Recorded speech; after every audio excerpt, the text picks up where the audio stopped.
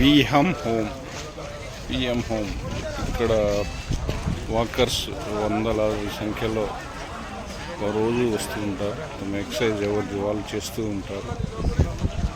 ఇక్కడ బర్త్డేలు కూడా ప్రతిరోజు ఎవరిదో ఒకటి ఉంటుంది.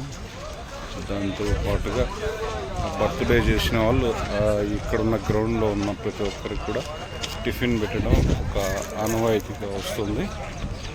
బర్త్డే వచ్చిన వాళ్ళని ఆహ్వానించడం, ఇన్వైట్ చేయడం, వచ్చిన వాళ్ళందరికీ టిఫిన్లు ఇవన్నీ కూడా పెట్టడం ఇక్కడ మనం చూస్తూ ఉంటాం. ఇక్కడ వందలాది మంది రోజు వస్తూ ఉంటారు.